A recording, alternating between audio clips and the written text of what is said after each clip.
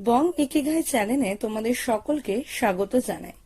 আজ আমি তোমাদের সাথে ইংলিশ নোভেলিস্ট জর্জ অরওয়েলের লেখা বিখ্যাত নোভেল অ্যানিমাল ফার্ম গল্পটি শেয়ার করব।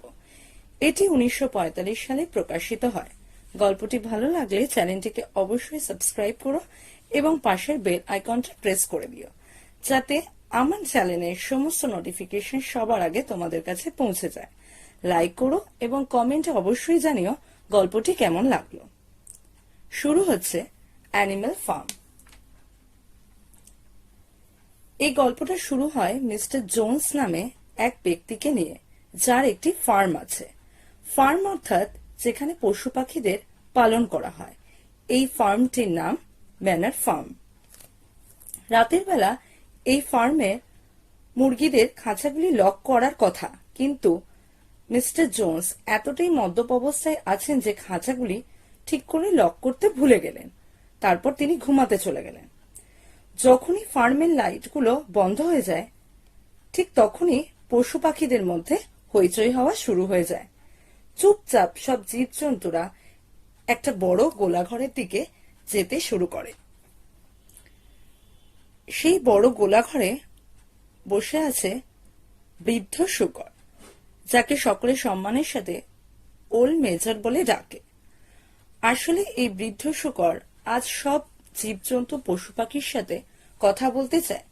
বোঝাই যাচ্ছে পশু পাখিদের মধ্যে একটি মিটিং হতে চলেছে। প্রথমে 3টে কুকুর আসে, অন্য শূকররা চলে আসে। শূকররা এসেই সবার আগে আগে বসে পড়ে। মুরগিরা, পায়রারা সকলেই এসে যথাক্রমে জানলায় এবং ছাদের ঢালু বর্গার ওপর বসে পড়ে। ভেড়া এবং গরুর পাল এসে শূকরদের পিছনে বসে পড়ে। ছাগলও চলে আসে, ঘটকিও চলে আসে। বিড়াল এসেই তার বসার জন্য সবচেয়ে গরম জায়গাটা খুঁজে নিল। হয়তো বিড়াল বসার জন্য এসেছিল। বুড়ো শূকরের কথা শুনতে তো সে আসেনি, সেটা বোঝাই গেল। বুড়ো শূকর তার বক্তব্য শুরু করলো।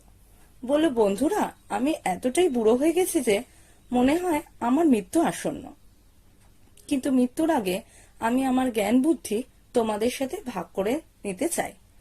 আমার মনে হয় আমরা সব জীবজন্তুরা একটা খারাপ জীবনযাপন করছি, কারণ আমরা বেঁচে থাকার জন্য খাবার ততটাই পাই যতটা আমাদের মালিক আমাদের দিয়ে সব কাজকর্ম করিয়ে নিতে পারে। আমাদের মালিক মিস্টার জোন্স। ওর পরে আমাদের আর কোনো কাজ নেই, কারণ যেদিন আমরা মিস্টার জোন্সের আর কোনো কাজে আসবো না বা কাজে লাগবো না, সেদিন আমাদের মিস্টার জোন্স মেরে ফেলবে, জবাই করে ফেলবে। আমরা প্রত্যেক জীবজন্তুই ওর কাছে এক একটা যন্ত্রের মতো। আমাকে বলো, এটা কেমন ন্যায়? আমরা সব জীবজন্তুরা ডিম, তুলো, দুধ উৎপাদন করি। এগুলো আমাদের উৎপাদন, কিন্তু অন্য মানুষরা আমাদের সব উৎপাদনগুলো নিয়ে চলে যায়। আমরা জীবজন্তুরা মানুষের প্রাপ্য খাবার খেয়ে নিই না। তাহলে মানুষরা কেন আমাদের প্রাপ্য খাদ্য নিয়ে চলে যাবে, নিজেদের স্বার্থে ব্যবহার করবে? যদি আমরা সব জীবজন্তুরা একজোট হয়ে মিস্টার জোন্সকে এই ফার্ম থেকে তাড়িয়ে না দিই, তাহলে হয়তো ভবিষ্যতে আমাদের সকলকেই খাদ্য অভাবে মরে যেতে হবে। আমরা কিছুই পাবো না। যদি আমরা জোন্সকে তাড়িয়ে দিই, তাহলেই আমাদের বেশি কাজ করতে হবে না, আর খাদ্য অভাবেও মরে যেতে হবে না। বুড়ো শূকর আরো বলল যে মানুষ এমন একটা প্রাণী যারা বিনা পরিশ্রমে সবকিছু পেতে চায়। দুধ, ডিম আমরাই উৎপাদন করি। কষ্ট আমাদের মতন সব জীবজন্তুদের হয়, কিন্তু মানুষ বিনা পরিশ্রমে সেগুলো আমাদের থেকে নিয়ে চলে যায়। আমরা সারা জীবন ধরে লিটার লিটার দুধ, শত শত ডিম উৎপাদন করি। তারপর বৃদ্ধ হয়ে গেলে প্রতিদান হিসেবে আমাদের যত্ন না করে উল্টে ভেড়া, গরুদের সকলকেই কসাইদের হাতে দিয়ে দেওয়া হয়, বেচে দেওয়া হয় নির্মমভাবে জবাই করার জন্য। মানুষ সব সমস্যার মূল ভিত্তি, এটা তোমাদের বুঝে নিতে হবে, আর এটা তোমরা বুঝে নাও। তাই আজই আমাদের, শুধু আজ নয়, এক্ষুনি আমাদের একজোট হয়ে যেতে হবে। যাতে আমরা মিস্টার জোন্সকে এই ফার্ম থেকে তাড়িয়ে দিতে পারি, কারণ আমাদের সাথে মানুষদের একদিন না একদিন, আজ নহে কাল লড়াই তো হবেই। মানুষ আমাদের ভুল বোঝায় যে মানুষ আর পশু একই, পশুদের ওপর মানুষের দয়া হয়, এসব ভুল বোঝানো হয় আমাদের। মানুষরা আমাদের সবচেয়ে বড় শত্রু। প্রত্যেকটা জীবজন্তু আসলে একে অপরের ভাই, এই কথাটা এখন থেকেই বুঝে নাও সকলে। সব জীবজন্তু একে অপরের সঙ্গী সাথী। মিটিংয়ে বুড়ো শুকরের কথাগুলো সকলকে খুবই অনুপ্রাণিত করছিল।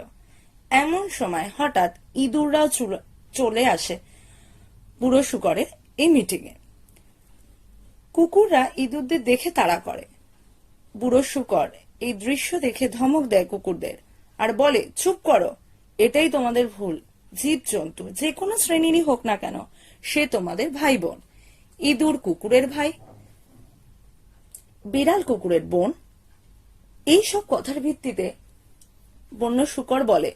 বুড়ো বন্য শুকর বলে, ভোটিং করা দরকার। এবার আমরা একে অপরের সাথী, ভাই নাকি শত্রু, এটা তোমরাই বিচার করো। তোমাদের মতামতের ভিত্তিতে আজ সিদ্ধান্ত নেওয়া হবে।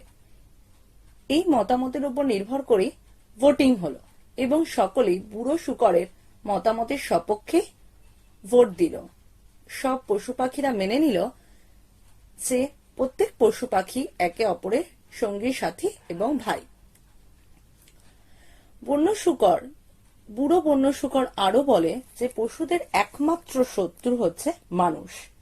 আমরা মিস্টার জোন্সের পজিশন চাই, আমরা অ্যানিমাল ফার্ম চাই, কিন্তু এই ফার্ম যখন মিস্টার জোন্সের থেকে নিয়ে নেব, তখন মানুষদের বদস্বভাবগুলো, যেমন মদ্যপান করা, বিছানায় ঘুমানো, নিজেদের উৎপাদিত দ্রব্য অন্যদের কাছে অর্থাৎ মানুষদের কাছে আমরা বেচে দেব না। আমরা নিজেদের জন্যই আমাদের উৎপাদিত সামগ্রীগুলি, যেমন দুধ, ডিম, তুলো, সবকিছু আমাদের নিজেদের স্বার্থে কাজে লাগাবো, কাউকে বেচে দেব না। আমরা সব পশু পাখিরা সমান। কখনো যে ঘটনাই ঘটে যাক না কেন আমাদের একে অপরের সাথে, আমরা পশু পাখিরা সবাই সবাইকে হুমকি দেব না। এরপর বুড়ো শুকর পশুদের বলে যে তার মা অনেক আগে প্রায় অনেকটা সময় আগেই একটা গান শিখিয়েছিল। সেই গানটা এখন পশুদের সে শেখাতে চায়। এই গানটার নাম বিস্ট অফ ইংল্যান্ড। এই গানটায় পশুদের স্বর্ণময় ভবিষ্যতের কথা বলা হয়েছে খুব তাড়াতাড়ি জীবজন্তুরা মানুষদের এই উৎপীড়ন থেকে মুক্তি পাবে। সব জীবজন্তুদেরই এই গানটা খুব পছন্দ হয়ে যায়। খুব তাড়াতাড়ি তারা এই গানটা শিখে যায়। 5 বার এই গানটা গাইতে থাকে তারা, কিন্তু গানের আওয়াজ ফার্মের বাইরে চলে যায়, মিস্টার জোন্সেরও কানে পৌঁছে যায়। ঘরের বাইরেই সে মিস্টার জোন্স ওপরের দিকে তাক করে বন্দুক থেকে গুলি চালায়। বন্দুকের গুলির আওয়াজে সব জীবজন্তুরা ভয় পেয়ে যায় এবং মিটিংটা এখানেই শেষ হয়ে যায়। এই মিটিং এর 3 দিন পর বুড়ো শুকরের মৃত্যু হয় মার্চ মাসে। বুড়ো শুকরের মৃত্যুতে সকলেই খুব দুঃখ হয়, সবাই খুব কাঁদতে থাকে, কারণ এইসব পশু পাখিদের মধ্যে বুড়ো শুকরই একমাত্র জ্ঞানী ছিল।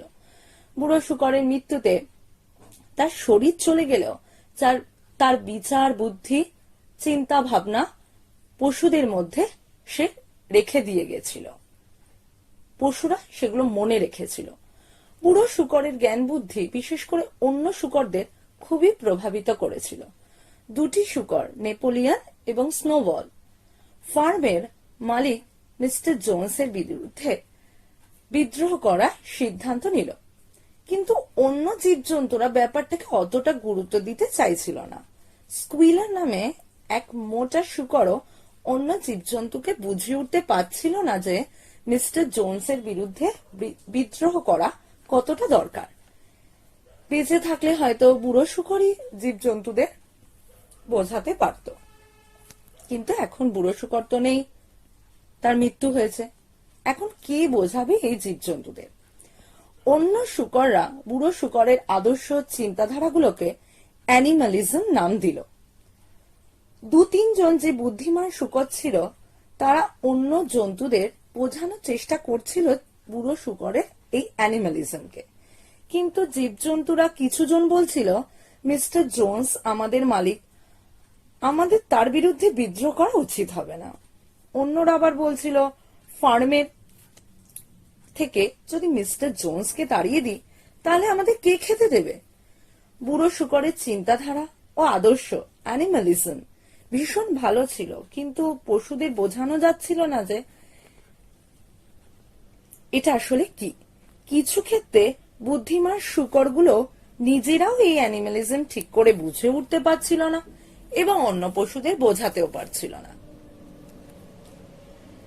কিছু বুদ্ধিমান শূকরদের সাথে অন্য জীবজন্তুরা মিলে ফার্ম থেকে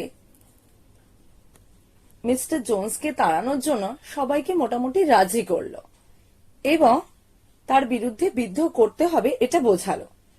মিস্টার জোন্সকে ফার্ম থেকে তাড়িয়ে দিতে হবে, এটাই তাদের এখন লক্ষ্য ছিল। অবশেষে সব জীবজন্তুরা একজোট হয়ে বিদ্রোহ করলো। বিদ্রোহ করে মিস্টার জোন্সকে ফার্ম থেকে তাড়িয়ে দিল।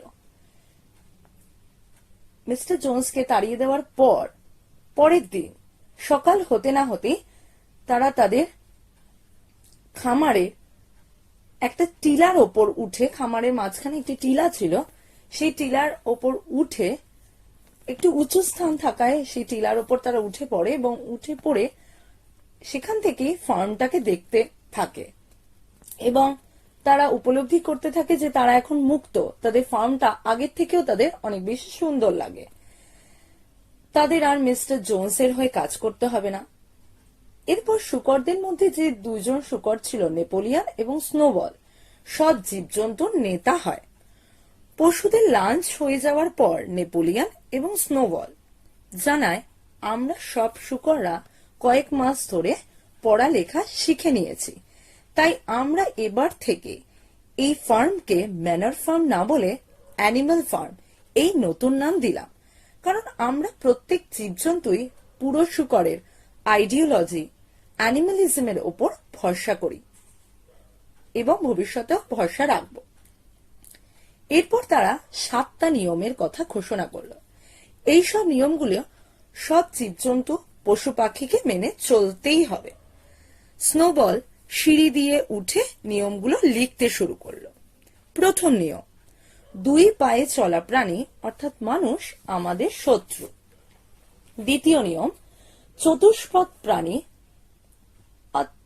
এবং যাদের 2 পা আছে সাথে ডানা আছে তারা আমাদের বন্ধু, তারা সকলেই আমাদের বন্ধু, সাথী, ভাই। তৃতীয় নিয়ম, কোনো পশুই মানুষের মতো জামা কাপড় পরতে পারবে না।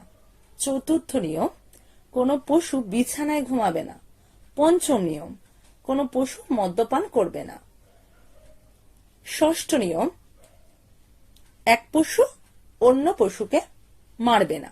সপ্তম নিয়ম, সব পশুই সমান, পশুদের মধ্যে কোনো ভেদাভেদ বা বৈষম্য কিছুই করা চলবে না। স্নোবল খুব উচ্চ স্বরে এই নিয়মগুলো সব জীবজন্তুদের সামনে পড়ে শোনায়। এই নিয়মগুলোতে সব জীবজন্তু সম্মতি প্রকাশ করে। মিস্টার জোন্সকে তাড়িয়ে দেওয়ার পর এই অ্যানিমাল ফার্মে ম্যানেজমেন্টের প্রয়োজন হলো, কারণ এখন অ্যানিমাল ফার্ম পরিচালনা করার জন্য কোনো মানুষ থাকছে না, পশুদের দ্বারাই এই অ্যানিমাল ফার্ম পরিচালিত হবে। সব জীবজন্তুরাই পরিশ্রম করতে থাকে এবং চাষাবাদ করা শুরু করে দেয়। শূকররা এইসব জীবজন্তুদের মধ্যে বেশি বুদ্ধিমান ছিল। তারা যেন তেন ভাবে বিনা পরিশ্রমে কাজ করার নানা উপায় নিজেরাই বের করে ফেলল। শূকররা 2 পায়ে দাঁড়াতে শুরু করলো মানুষদেরকে অনুকরণ করে। এইভাবে তারা এই 7টা নিয়মের মধ্যে একটা নিয়ম লঙ্ঘন করে ফেললো। একটা নিয়মে বলা হয়েছিল না যে জীবজন্তুরা 2 পায়ে দাঁড়াতে পারবে না মানুষের মতো, এই নিয়মটা লঙ্ঘন করলো কারা? শূকররা। অন্য জীবজন্তুরা এই নিয়মটা লঙ্ঘন হচ্ছে এটা খেয়াল করলো, কিন্তু প্রতিবাদ করে উঠতে পারছিল না, কারণ এখন শূকররাই জীবজন্তুদের নেতা, তাই তারা নেতাদের বিরোধিতা করলো না। তবে জীবজন্তুদের পরিশ্রমের ফলস্বরূপ হিসেবে ফার্মে প্রচুর উৎপাদন হলো, যা কখনো মিস্টার জোনসের সময় কেউ ভাবতেই পারত না। জীবজন্তুরা এখন তাদের নিজেদের উৎপাদিত দ্রব্য নিজেরাই ব্যবহার করবে, অন্য মানুষের কাছে তারা দায়বদ্ধ নয়। মানুষেরা জীবজন্তুদের উৎপাদিত দ্রব্য নিয়েও নিতে পারবে না। কোনো কাজ জীবজন্তুদের পক্ষে কঠিনও ছিল, কিন্তু শূকররা কিছু না কিছু উপায় বের করে নিত। তারা সবচেয়ে কঠিন কাজগুলো বক্সার নামে এক ঘোড়ার ওপর চাপিয়ে দিতে শুরু করলো। বিড়ালরা তেমন কিছু কাজ প্রথম থেকেই করতো না, আর এখনো করে না। রবিবারগুলো ছুটি থাকতো। ব্রেকফাস্ট হওয়ার পর সব জীবজন্তুরা মিটিং করত। সেই মিটিংয়ে আলোচনা হতো সারা সপ্তাহ ধরে কি কি কাজ করা হয়েছে, কোন কোন কাজে আরো উন্নয়ন দরকার। শূকররা এই মিটিং এর জন্য একটা নির্দিষ্ট একটা রুম করে দিয়েছিল, যার নাম হয়েছিল হারনেস রুম।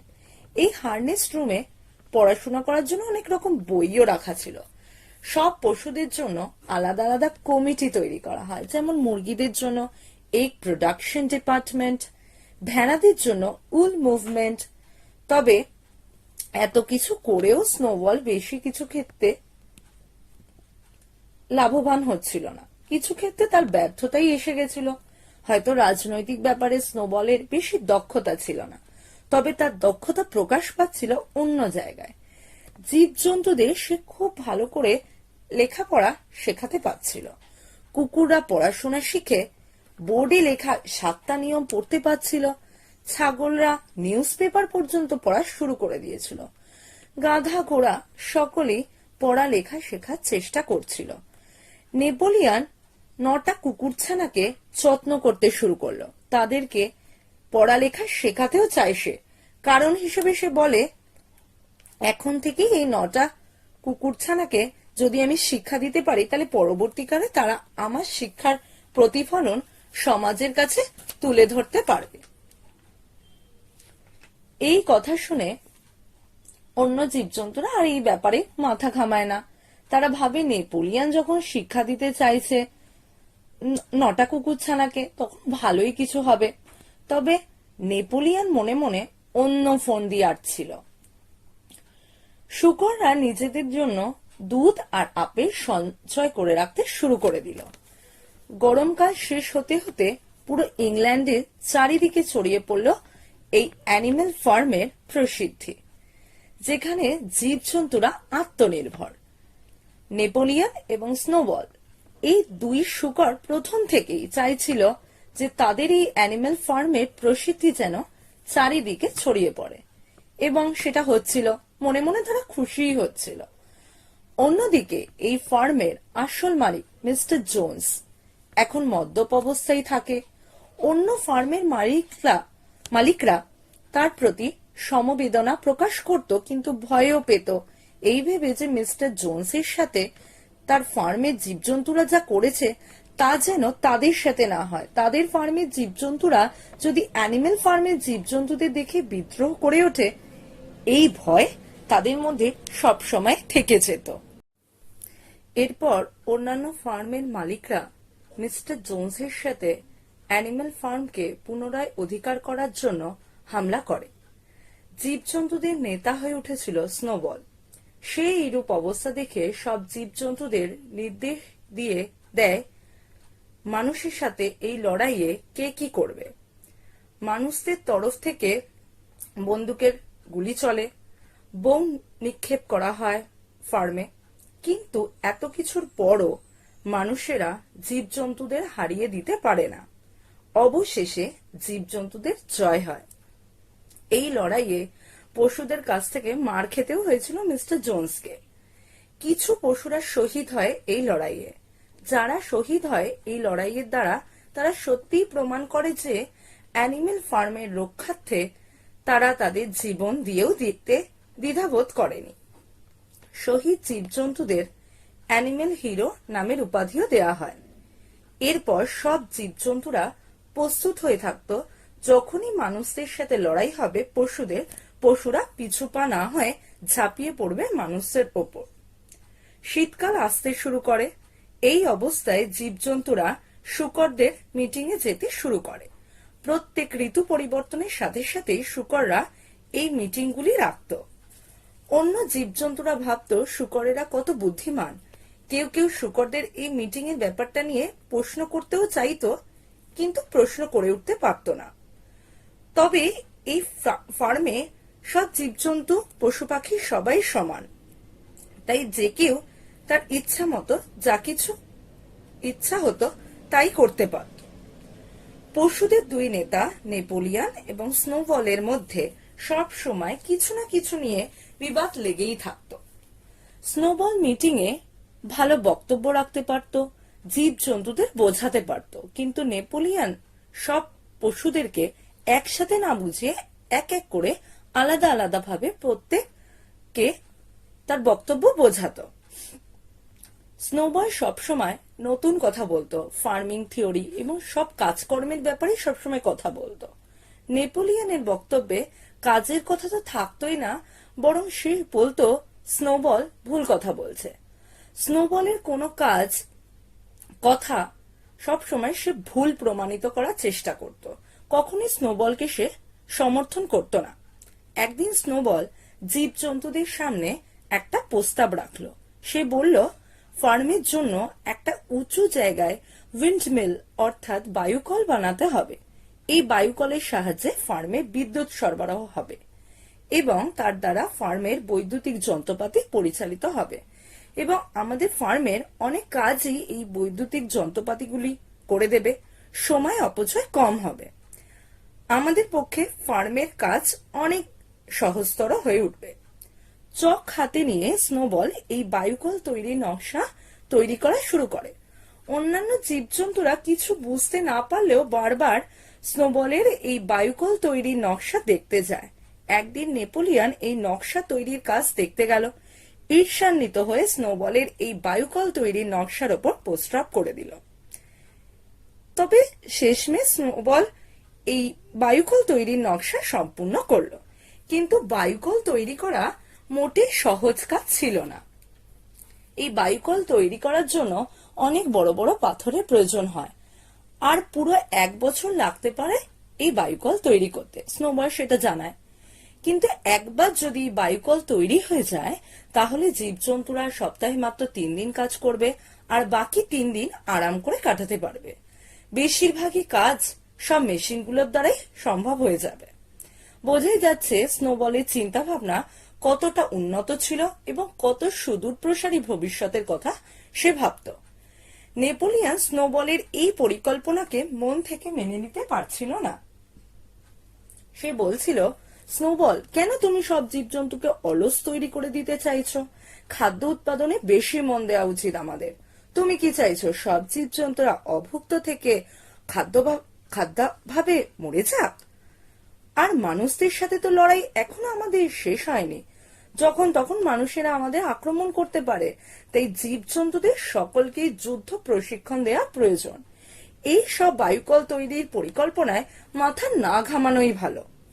এই কথা শুনে নেপোলিয়ান আর স্নোবলের মধ্যে আবার বিবাদ শুরু হয়ে যায়। ভোটিং করা হয়।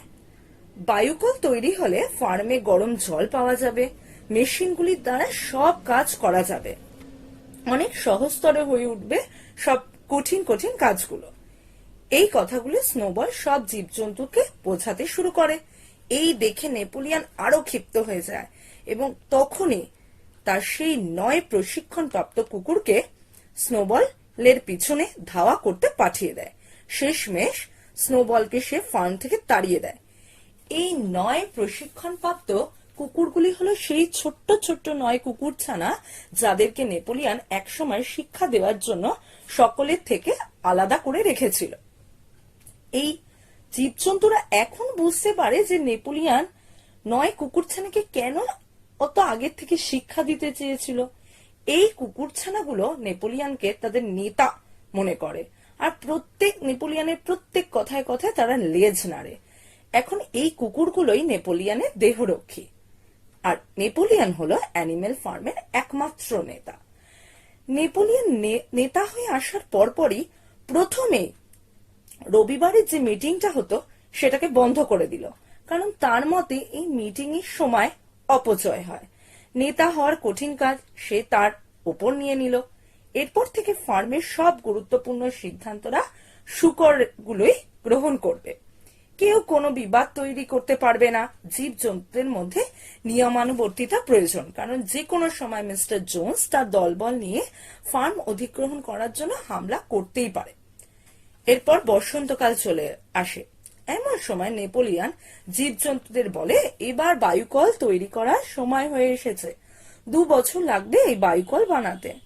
আসলে নেপোলিয়ন কখনোই বায়ুকল তৈরির এই পরিকল্পনার বিরোধী ছিল না, কিন্তু স্নোবলকে যেহেতু সে পছন্দ করত না, ঈর্ষান্বিত হতো স্নোবলের এই সুদূর প্রসারী চিন্তা ভাবনা দেখে, তাই সে স্নোবলের বিরোধিতা করত সব সময়। স্নোবলকে অ্যানিমেল ফার্ম থেকে তাড়িয়ে দেওয়াই তার একমাত্র উদ্দেশ্য ছিল। নেপোলিয়ন পলিটিক্সটা ভালোই জানতো, সেটা নেপোলিয়নের এই কাজগুলো থেকে বোঝা যাচ্ছে। এই 9 কুকুরগুলি ভয় দেখিয়ে সব জীবজন্তুদের দিয়ে চাকরের মতো কাজ করতে বাধ্য করত, আর নেপোলিয়নই সেটা করাতো। কেউ পাল্টা প্রশ্ন করতেও পারত না। ভয়ে ভয়ে সারা সপ্তাহ ধরে শুধু তারা কাজই করে যেত। তবে জীবজন্তুরা প্রত্যেকেই ভাবত এই পরিশ্রম তারা প্রত্যেকে নিজের স্বার্থে করছে।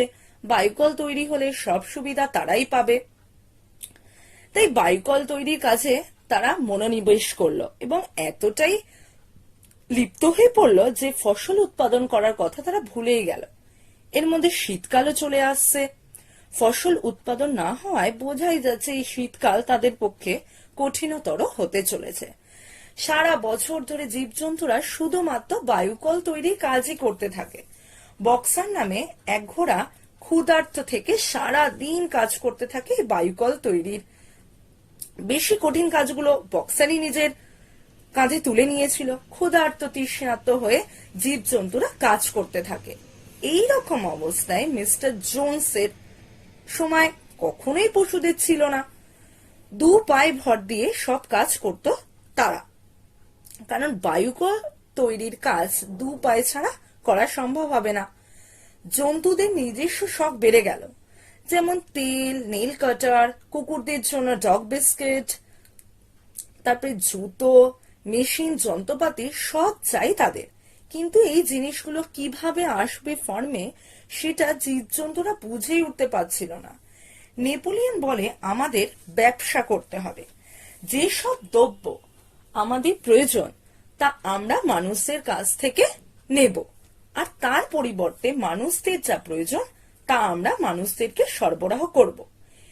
এগুলোর মাধ্যমে ব্যবসা চলবে।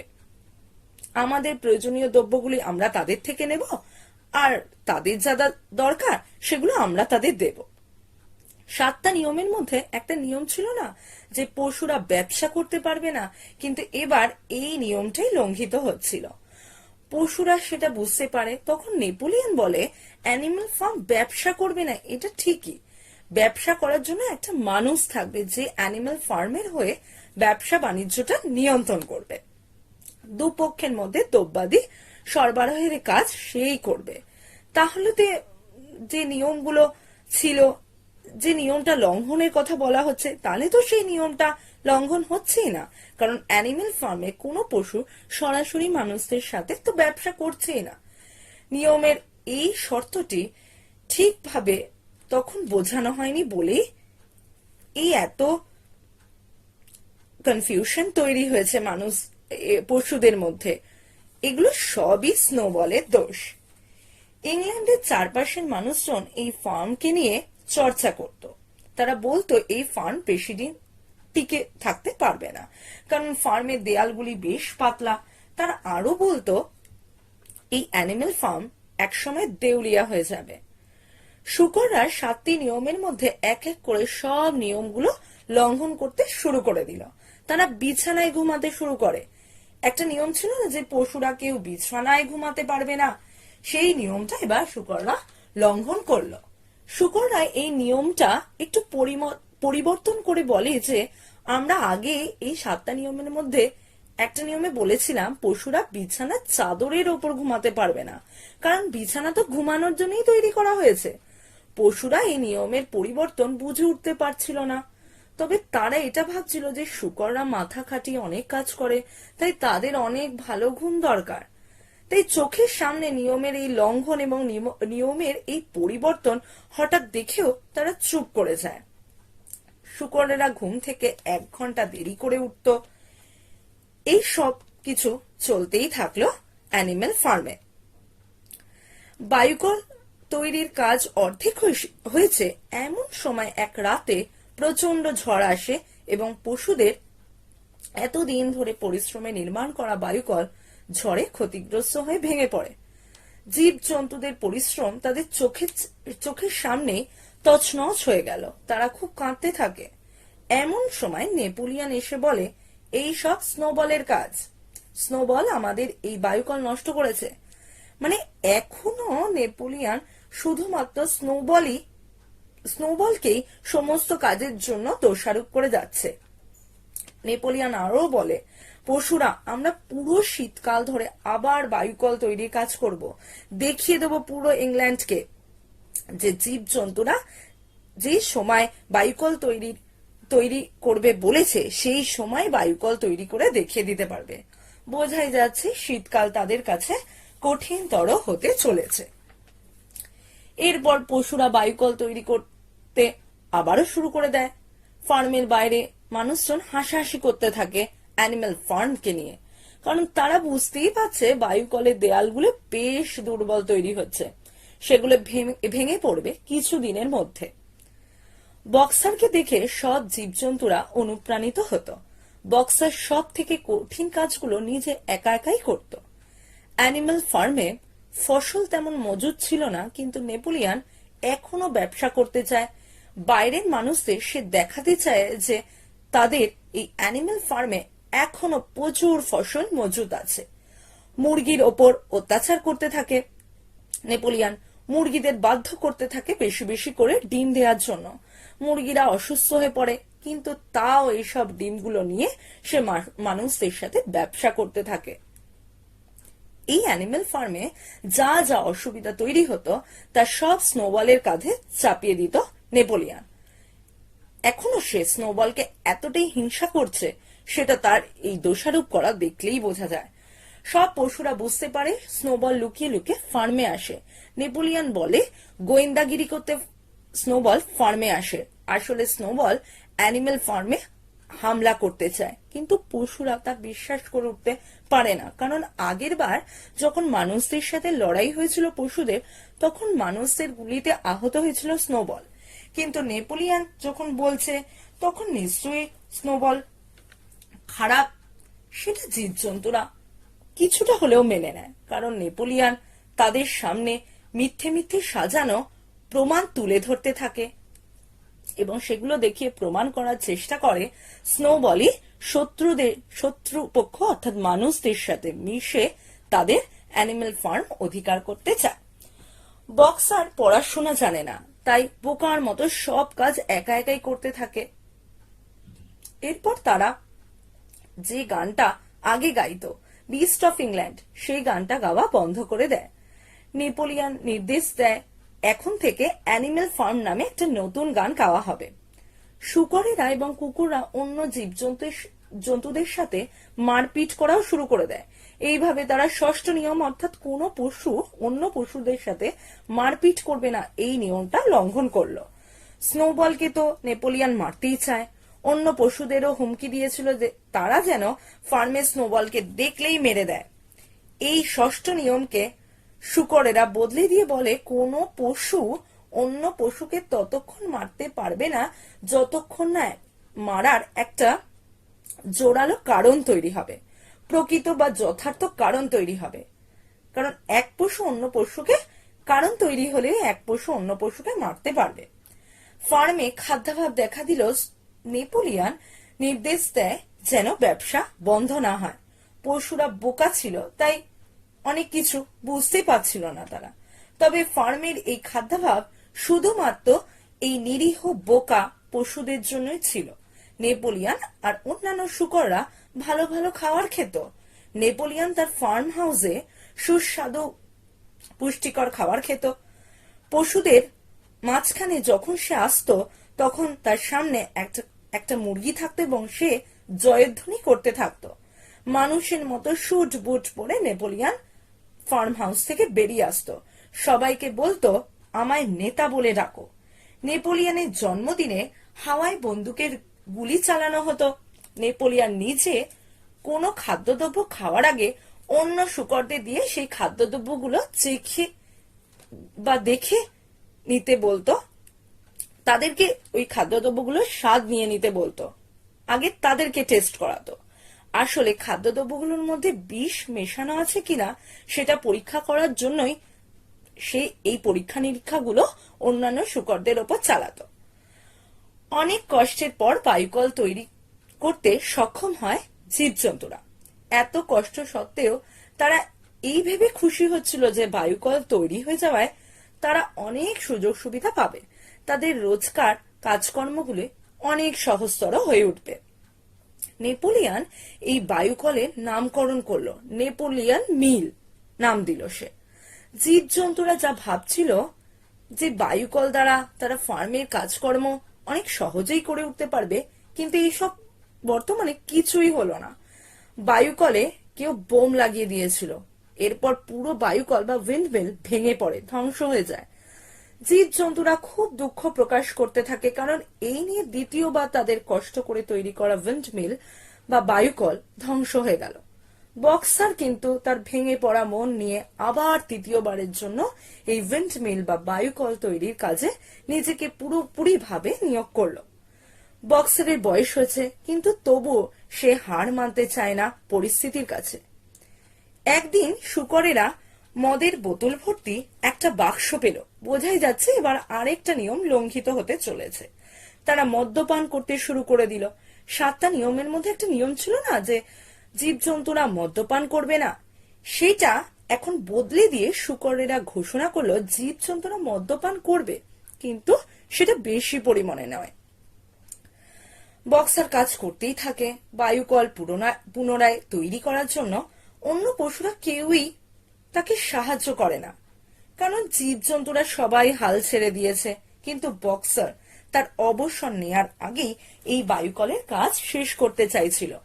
শীতকাল চলেই এসেছে। কুকুরেরা আর শুকরেরা একমাত্র সব রকম সুযোগ সুবিধা ভোগ করার অধিকারী হয়ে উঠেছিল। অন্য জীবজন্তুরা সব সুযোগ সুবিধা থেকে বঞ্চিত হচ্ছিল। 7টা নিয়মের মধ্যে যে শেষ নিয়মটা ছিল যে সব জীবজন্তু সমান, কারণ মধ্যে বৈষম্য করা যাবে না, সেই নিয়মটা এবার লঙ্ঘিত হচ্ছিল। নেপোলিয়ানের বাচ্চারাও জন্মগ্রহণ করে নিয়েছিল। নেপোলিয়ান কিন্তু তাদের নিজেই পড়াশোনা শেখাতো। অ্যানিমেল ফার্মে রাষ্ট্রপতি পদের জন্য ভোট হতো।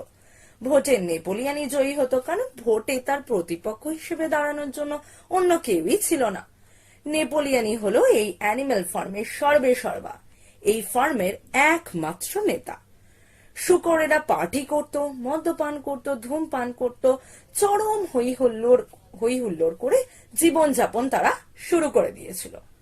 বক্সার যখন কাজ করছিল বায়ুকল তৈরির জন্য, হঠাৎই একটা বড় পাথর তার উপর এসে পড়ে। দুর্ঘটনার শিকার হয় বক্সার। এমনিতেই বক্সারের শ্বাসযন্ত্রের অবস্থা খারাপ হয়ে গেছিল, তাই এই অবস্থায় সে অবসর নিতে চায়। নেপোলিয়ান বক্সারের এই শারীরিক অবস্থার কথা শুনে বলে, বক্সার এর চিকিৎসার প্রয়োজন আছে। তাই বক্সারকে চিকিৎসা করতে সে বাইরে পাঠিয়ে দেয়। আসলে নেপোলিয়ান বক্সারকে চিকিৎসা করতে পাঠায়নি, বক্সারকে সে বেচে দিয়েছে জবাই করার জন্য। আর কোনোদিনই হয়তো পশুরা বক্সারকে দেখতে পাবে না। শুকরেরা কয়েকদিন পর জানায় যে হাসপাতালে বক্সারকে রাখা হয়েছিল, সেই হাসপাতালে তার মৃত্যু হয়ে যায়। শুকরেরা বলে যে বক্সার তার মৃত্যুর আগে তার শেষ ইচ্ছা জানিয়ে দিয়ে গেছে। সে বলেছে বায়ুকল তৈরির কাজ যেন বন্ধ না হয়, আর নেপোলিয়ান তোমাদের কাছে একমাত্র নেতা, নেপোলিয়ানকে তোমরা সমর্থন করেছে। পশুরা পরিশ্রম করতে থাকে একদিকে, শুকরেরা শুধু খেতে খেতে মোটা হয়ে যেতে থাকে। অ্যানিমেলিজম শুধুমাত্র শুকরদের জন্যই প্রযোজ্য হয়ে যায়, নিরীহ পরিশ্রমী বোকা জীবজন্তুদের জন্য নয়, তা প্রমাণ হতেই থাকে। শুকরেদের চাকরে পরিণত হয় এই নিরীহ জীবজন্তুগুলি। অ্যানিমেল ফার্মের পতাকা দেখে জীবজন্তুদের সেই বৃদ্ধ শুকরের কথা, মানে বৃদ্ধ শুকর বলতে সেই ওল্ড মেজরের কথা মনে পড়ে যায়। তারা বুঝতে পারে লোভী শুকরেরা বৃদ্ধ শুকরের সেই আদর্শ, সেই চিন্তাধারা, সেই রীতিনীতি, সেই অ্যানিমালিজমকে শুধুমাত্র নিজেদের স্বার্থে কাজে লাগাচ্ছে। পশুদের মধ্যে সমানাধিকার বলে আর হয়তো কিছুই নেই। সব সুযোগ সুবিধা এই লোভী ধূর্ত শুকরেরা অধিকার করে নিয়েছে। এখন শুকরেরা মানুষের মতো স্যুট বুট পরতে শুরু করেছে।